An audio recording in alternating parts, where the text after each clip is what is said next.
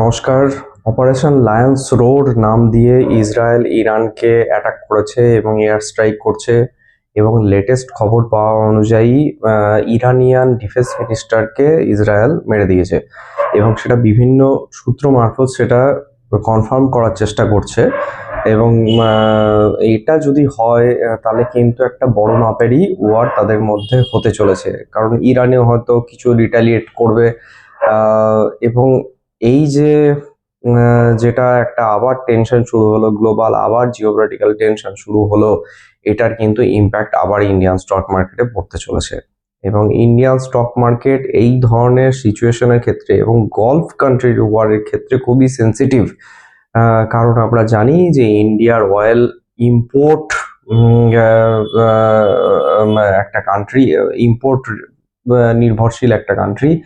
ইন্ডিয়ার আমাদের যা অয়েল আমাদের লাগে কনজিউম আমরা করি, তার 85% আমাদেরকে ইম্পোর্ট করে আনতে হয়। এবং এইটা যেহেতু ইরান এক গলফ কান্ট্রির একটা অন্যতম ক্রুশাল একটা পয়েন্টে ইরানের অবস্থান, ইন্ডিয়ার ক্ষেত্রে কিন্তু অয়েল ইম্পোর্টের ক্ষেত্রে সমস্যা হতে পারে বা অয়েল প্রাইসের দাম অনেকটাই বাড়তে পারে। দেখুন, ইরান এবং সৌদি আরবের মাঝে একটা হরমুজ স্ট্রেট বলে একটা স্ট্রেট আছে, ছোট্ট একটা প্রণালী, এবং যেটার কন্ট্রোল কিন্তু ইরান অনায়াসেই করতে পারে। এবং ইরান যদি এই হরমুজ স্ট্রেটের ওপর কন্ট্রোল স্থাপন করে এবং হয়তো আটকে দেয় বা আটকে না দিলে পরেও তার মধ্যে যে অয়েল ক্যারিং শিপগুলোর যাতায়াত সেটা যদি অনেকটাই লিমিটেড করে দিতে পারে, এবং তার এফেক্ট কিন্তু গ্লোবাল অয়েল প্রাইসের ওপর অনেকটা পড়বে। হরমুজ স্ট্রেট টোটাল যে গ্লোবাল অয়েল ট্রেড হয় তার 20% শিপ হরমুজ স্ট্রেটের ওপর দিয়ে আসে, এবং ইন্ডিয়া যে অয়েল ইম্পোর্ট করে তার 40% হরমুজ স্ট্রেটের ওপর দিয়ে আসে। সুতরাং হরমুজ স্ট্রেটকে যদি ইরান কোনোভাবে কন্ট্রোল করে এবং তার শিপ মুভমেন্টে প্রভাব পড়ে, সেটা কিন্তু অয়েল প্রাইসের ওপর অনেকটা ইম্প্যাক্ট পড়বে এবং ইন্ডিয়ার অয়েল ইম্পোর্টের ওপরও প্রভাব পড়তে পারে। এবং অয়েল প্রাইস বাড়লে পরেই আমরা জানি যে ইন্ডিয়ার ইকোনমি দুর্বল হবে। অয়েল প্রাইস বাড়লে পরে ইন্ডিয়ার সমস্ত সেক্টরে একটা চাপ তৈরি হবে। ইন্ডিয়ার ইনফ্লেশন তো আবার বেড়ে যাবে, যেটা আমাদের লাস্ট কোয়ার্টারে রিপোর্টেড ইনফ্লেশন 2% ছিল এবং অনেকটাই কন্ট্রোলে ছিল, সেটা কিন্তু আবার বাড়তে চলেছে। এবং ইনফ্লেশন যদি বাড়ে আবার কিন্তু বিভিন্ন কোম্পানির এবং কনজিউমার সেক্টর, বিভিন্ন সেক্টরের কোম্পানির প্রফিটেবিলিটির ওপর আরেকটা বড় প্রেশার আসতে চলেছে।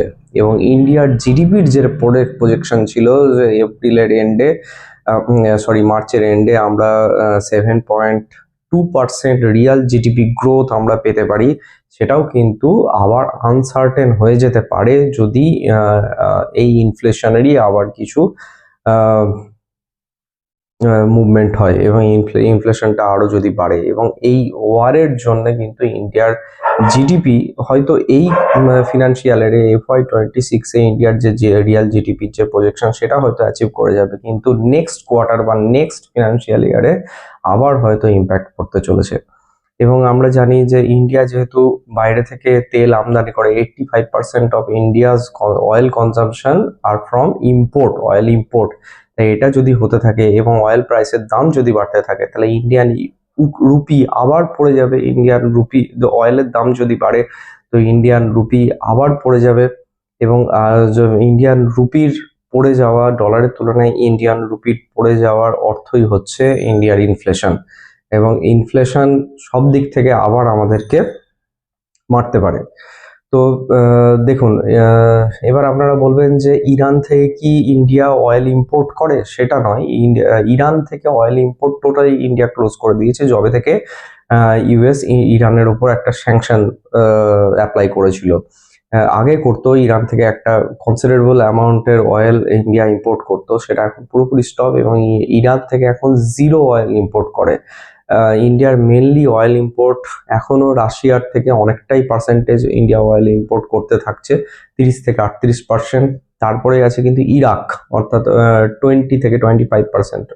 তারপরে আছে সৌদি আরবিয়া, মোটামুটি 15 থেকে 18%, এবং ইউএই থেকেও কিন্তু 8 থেকে 10% ইন্ডিয়া অয়েল ইম্পোর্ট করে, এবং ইউএস, ভেনেজুয়েলা এরকম প্রায় 30-31টা কান্ট্রি থেকেও কিন্তু বা টোটাল 3%-এর কাছাকাছি ইন্ডিয়া অয়েল ইম্পোর্ট করতে থাকে।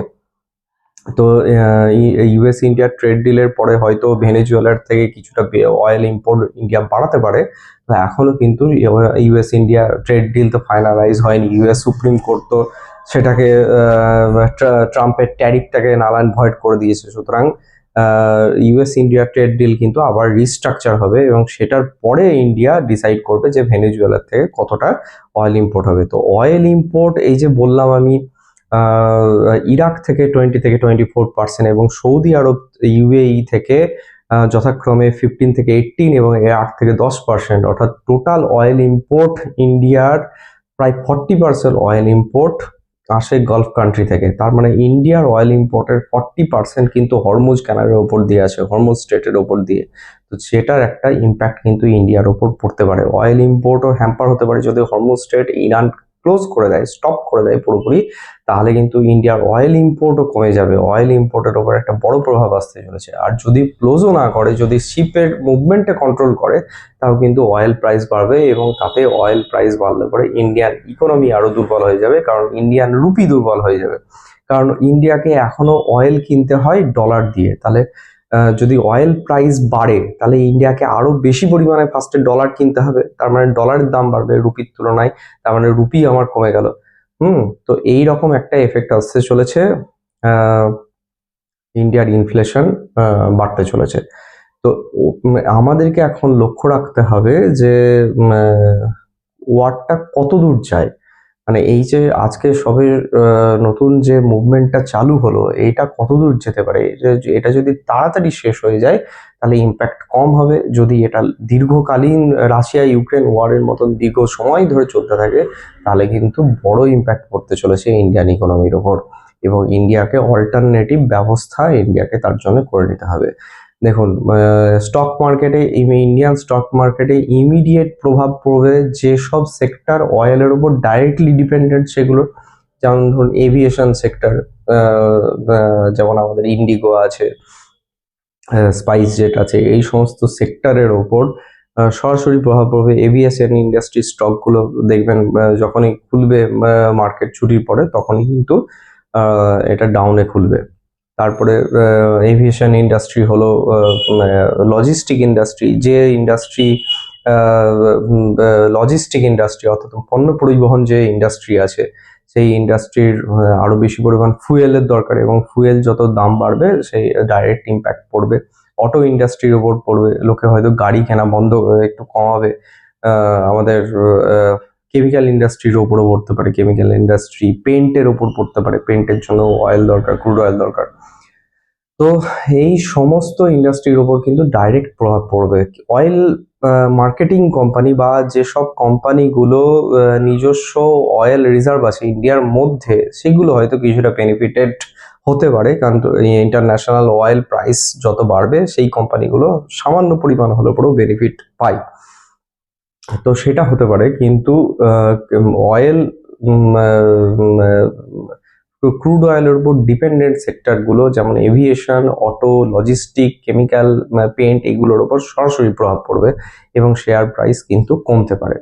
অন্যান্য সেক্টরের ওপরও একটা বড় প্রভাব আসতে চলেছে, যেহেতু অয়েল প্রাইস বাড়বে, অয়েল প্রাইসের ওপর সবকিছু রিলেটেড। সুতরাং ইনফ্লেশন বাড়বে, ইনফ্লেশন বাড়লে পরে কোম্পানির প্রফিট মার্জিন কমতে থাকবে, এবং প্রফিট মার্জিন কমলে পরে কোম্পানির শেয়ার প্রাইসও সেখানে ইম্প্যাক্ট পড়বে।